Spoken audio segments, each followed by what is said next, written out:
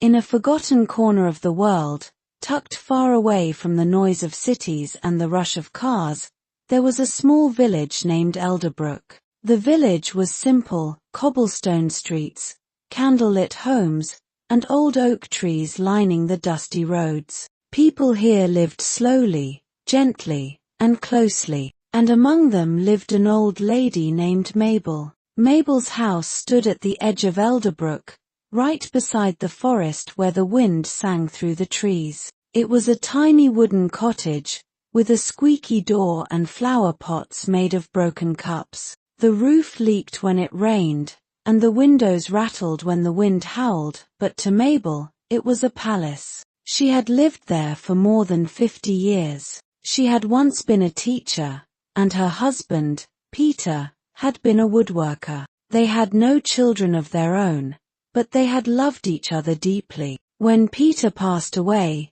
many feared Mabel would be lonely, but she didn't fall into sadness. Instead, she chose to spread kindness wherever she went. Mabel had no job now, no pension, and no savings. Her clothes were mended many times over, her shoes had holes, and her purse, an old, faded fabric pouch, was always empty. But what she did have could not be counted in coins. Every morning, she woke before the sun and stepped outside with bare feet to feel the dew on the grass. She smiled at the birds, whispered to the flowers, and sang lullabies to the wind. She made her tea from herbs she gathered in the forest, lavender, mint, chamomile, and drank it slowly, watching the sun rise through the mist. The villagers adored her. Mabel was known to everyone, from the blacksmith's rough-handed son to the shy girl who hid behind her mother's skirt.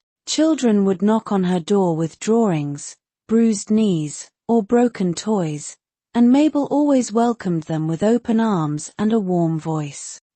One cold evening in autumn, a traveler arrived in Elderbrook. He was a rich merchant with golden buttons, shiny boots, and eyes that looked down on everyone. He noticed the small houses, the simple clothes of the villagers, and scoffed. When he passed by Mabel's cottage, he saw her sitting outside on a wooden chair, surrounded by children laughing as she told a story about a frog who fell in love with the moon. He frowned. "What's so funny?" he muttered. Later, he asked someone, "Who is that old woman?" "That's Mabel," the baker replied. "She's the heart of this village." "But she's poor," the merchant sneered. "What can she possibly give?"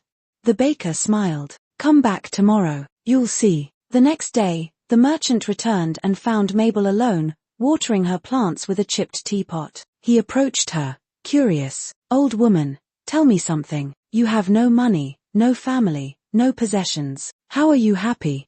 Mabel looked up, her eyes soft as candlelight. "Because happiness, sir, isn't in what you hold, it's in what you give." He raised an eyebrow. "Give?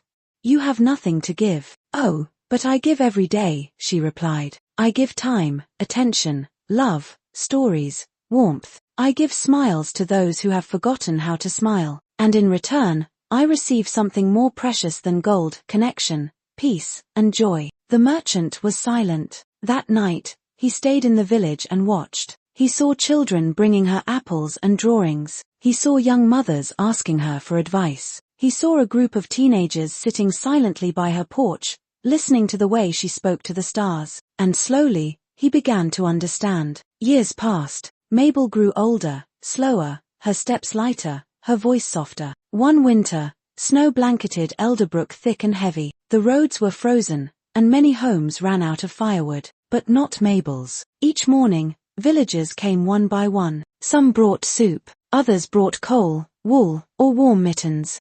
They sat by her fire, held her hands, and told her how she had touched their lives. When Mabel passed away one peaceful morning, with Prince the cat curled beside her, the entire village stopped. Shops closed, bells rang, children wept. They held a small ceremony near her cottage. Each person placed a flower, a note, or a memory on her porch. They didn't bury her with gold or stone, but with stories, laughter, and love. Years later, a small sign still hangs outside that cottage, weathered and faded. It reads, "Here lived Mabel. She had nothing, but gave everything. And she was the happiest of us all."